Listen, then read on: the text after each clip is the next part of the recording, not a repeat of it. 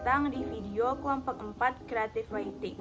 Di video ini, kami selaku kelompok 4 akan menampilkan sebuah video mengenai review kami tentang buku Bumi Manusia yang ditulis oleh Pramudia Anantatur.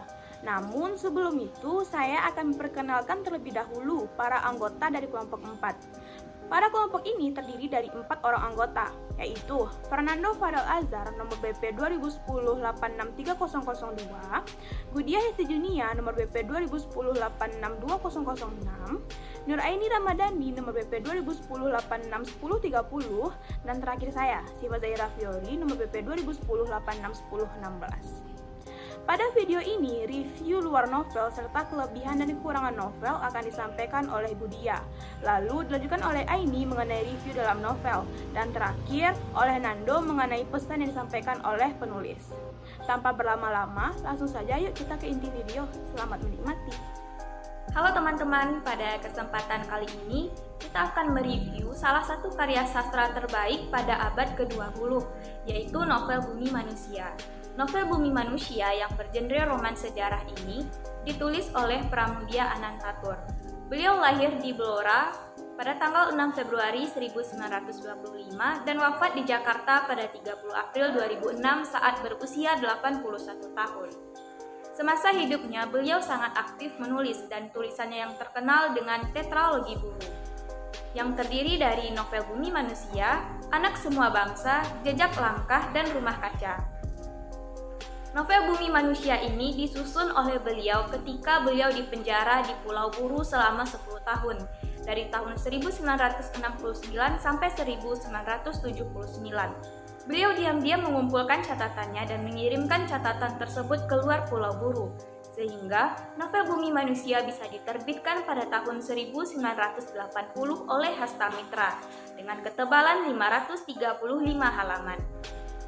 Ketika kita melihat cover dari novel ini, sekilas kita mungkin tahu bahwa novel ini akan bercerita tentang sejarah yang periodenya sangat jauh dengan kita, karena terlihat kereta kuda yang masih dijadikan transportasi pada waktu itu. Walaupun demikian, cover dari novel ini tetap menarik dan warnanya pun tidak kuno. Selain itu, font yang digunakan dalam pembuatan judul dan nama penulis juga tepat dan jelas. Pada tahun 1981, ternyata novel ini sempat dilarang beredar karena adanya tuduhan bahwa isi dari novel Bumi Manusia ini mengandung ajaran Marxisme dan Leninisme. Akan tetapi, tuduhan tersebut tidaklah benar, sehingga novel Bumi Manusia bisa beredar kembali. Seiring berjalannya waktu, novel Bumi Manusia ternyata dijadikan film, yang filmnya disutradarai oleh Hanung Bramantyo. Film Bumi Manusia tayang pada 15 Agustus 2019 dengan aktor utama Iqbal Ramadan sebagai Minke, Mawar Eva De Jong sebagai analis, dan berbagai pemeran lainnya. Selanjutnya yaitu kelebihan dan kekurangan dari novel Bumi Manusia ini. Yang pertama, kelebihan. Kelebihan dari novel ini adalah novel ini tidak hanya bercerita tentang asmara antara Minke dan analis, tetapi novel ini juga menggambarkan bagaimana keadaan Indonesia pada masa kolonial Belanda. Pada waktu itu Indonesia dan Belanda bercampur baur dan dikuasai oleh penjajah. Belanda dan Eropa bagaikan kelas atas di Indonesia. Penggambaran era penjajahan Belanda pun digambarkan sangat baik dan akurat oleh penulis dalam novel ini, dan terlihat jelas bagaimana pembagian etnis serta hak-haknya antara orang Eropa, Tionghoa, Indo, dan pribumi. Dan novel ini juga sangat menyorot nasib penduduk Indonesia pada masa itu, sehingga ketika kita membaca novel ini, kita tidak hanya membaca kisah asmara, tetapi juga mengingatkan kita kepada sejarah. Kemudian, konflik yang ditulis di novel ini tersusun rapi dan mengikuti alur dan ditulis cukup jelas. Dan di dalam novel ini dengan jelas juga dipaparkan berbagai masalah pada zaman kolonialisme pada waktu itu. Kemudian karakter tokoh dalam novel Bumi Manusia ini juga diperlihatkan sangat kuat, sehingga kita sebagai pembaca bisa merasa menyelami watak tokoh itu. Dan pada halaman demi halaman berikutnya di dalam novel ini menyajikan kisah yang tak terduga, seperti beberapa halaman romantis, kemudian bisa saja berubah menjadi kisah yang sangat menegangkan. Kemudian dalam novel Bumi Manusia ini juga banyak nilai-nilai yang dapat kita praktikkan di dalam kehidupan sehari-hari seperti jiwa nasionalisme, nilai humanisme, dan kata-kata bijak. Dan adapun quotes yang sangat legendaris dari Pramudiana Tatur dalam buku ini adalah harus adil sejak dalam pikiran. Kemudian kelebihan dari novel ini adalah paragraf demi paragraf di dalam novel Bumi Manusia dituliskan dengan sangat indah dan terdapat banyak kata-kata puitis.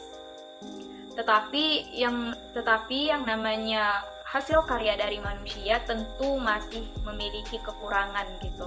Dan di dalam novel Bumi Manusia ini penyajian bahasanya cukup tinggi sehingga kita akan lebih berpikir ketika membaca tiap-tiap paragrafnya.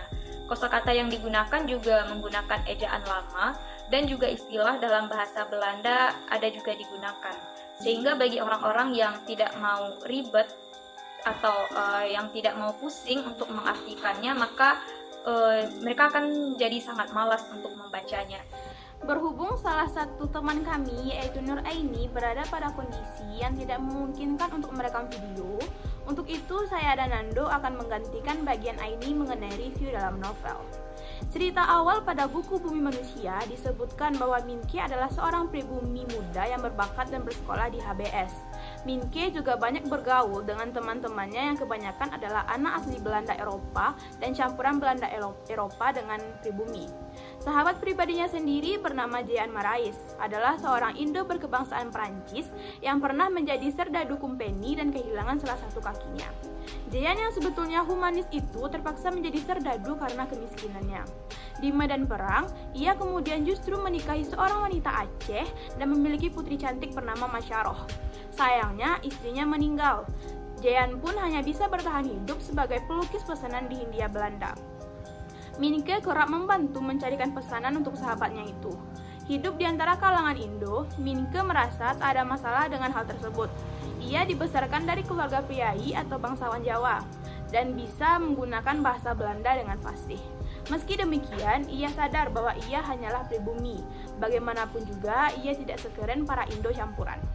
Pram, penulis novel, membuat karakter Minke sebagai seorang yang mudah jatuh hati. Sifat Minke yang mudah jatuh hati pada wanita ini diketahui oleh teman-temannya, tak terkecuali oleh Surov. Surov adalah Indo yang sangat rasis. Ia sangat membanggakan dirinya yang punya darah Eropa. Suatu hari, Minke ditantang oleh Surov menaklukkan hati wanita yang konon katanya lebih cantik dari Sri Ratu Belanda. Tantangan pun bersambut. Minke mau diajak ke rumah seorang pribumi simpanan Belanda bernama Nyai Ontosoroh. Di rumah tersebutlah Minke bertemu dengan wanita yang konon katanya luar biasa cantik ini. Ia adalah Annelies, bungsu dari Nyai Ontosoroh dan adik dari Robert Mellema. Begitu melihat Annelies pada pandangan pertama, Minke sudah tak bisa berkata apa-apa.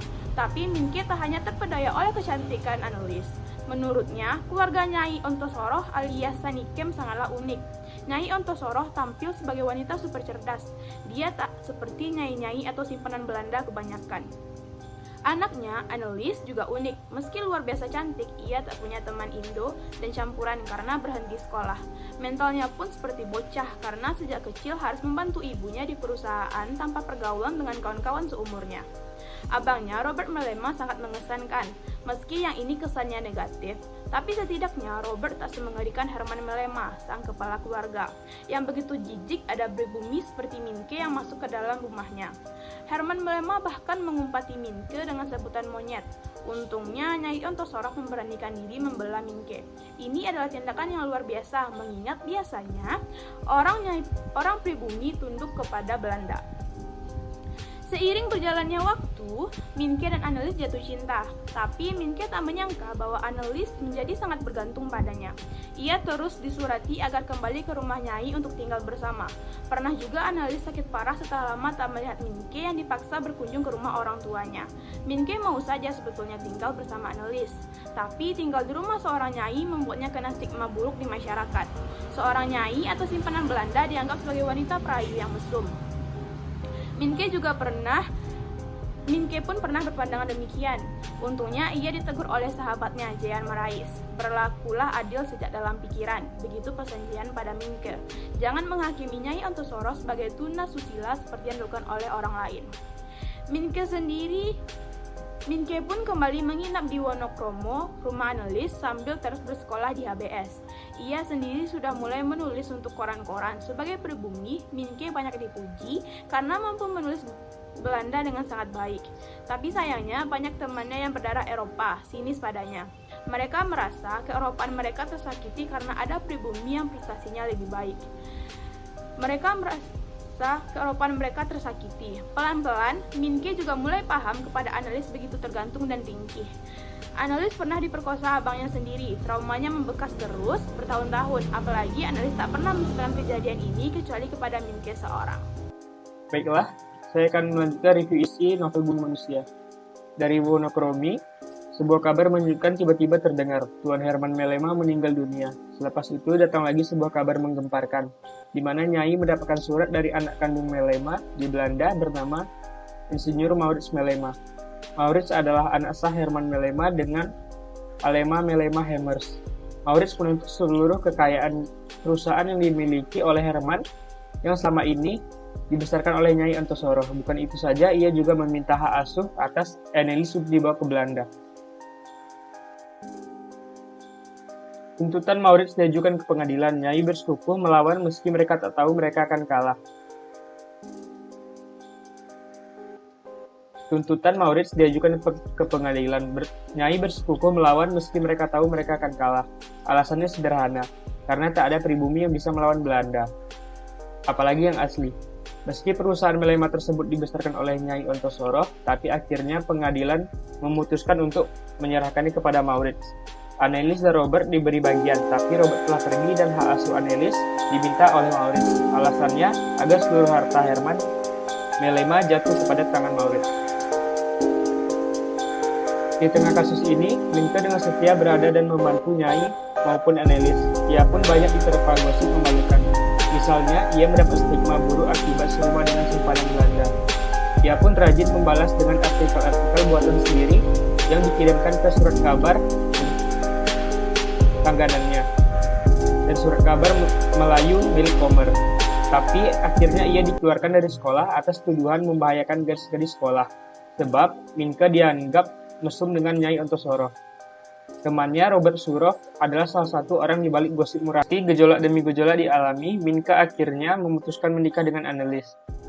Ia ingin membuktikan bahwa stigma yang menempel padanya tidak benar. Ia juga ingin menahan Annelies supaya tidak dibawa ke Belanda dengan menikahinya. Sayangnya, Minke harus kembali menelan pil pahit. Pengadilan bersekukuh membawa segera Annelies ke Belanda. Nyai Ontosoro dan Minke mencari berbagai cara untuk mencegah hal ini. Bahkan teman-teman Darsam sudah berjaga-jaga di depan rumah Nyai dengan membawa celurit.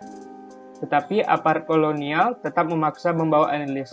Kerusuhan pun pecah dan iringan takbir dari pasukan Madura. Pihak Belanda memenangkan kerusuhan dan Annelies pun dipaksa pergi dari rumahnya. Mereka kalah. Tak bisa dipungkiri bahwa Nyai maupun Minke kalah. Tapi Nyai menghibur Minke bahwa mereka sudah mencoba untuk melawan. Baik, perkenalkan, nama saya Fernando Azhar. Saya akan menjelaskan tentang pesan apa yang terkandung dalam novel Bumi Manusia. Yang pertama, ada dua quote yang mempunyai arti pesan mendalam di dalam novel ini. Quote pertama yaitu adalah, seorang terpelajar harus juga berperilaku adil sudah sejak dalam pikiran, apalagi dalam perbuatan. Quote kedua, kita telah melawan nak, nyo sebaik-baiknya, sehormat-hormatnya. Di mana dua quote tadi mempunyai makna arti yang mendalam jika kita coba untuk mengerti. Di mana bahwa keadilan itu harus ditanamkan mulai dari dalam pikiran kita. Bagaimana cara kita sebagai manusia bisa memanusiakan manusia lain? Menjadi berani, mencintai, dan menghormati keadilan. Karena masih banyak kali manusia yang mengaku mencintai keadilan dan kedamaian, tetapi tidak berpihak kepada keduanya. Dan selanjutnya, menurut saya, novel ini dapat mendorong agar generasi muda punya semangat dalam perjuangan, walaupun tidak dalam kondisi di novel Bumi Manusia. Tetapi setiap pemuda harus berperilaku adil dalam pikiran maupun perbuatan. Nah, sekianlah review kami mengenai buku Bumi Manusia. Terima kasih sudah menonton dan jangan lupa untuk like, comment, and subscribe. Oke? Bye-bye!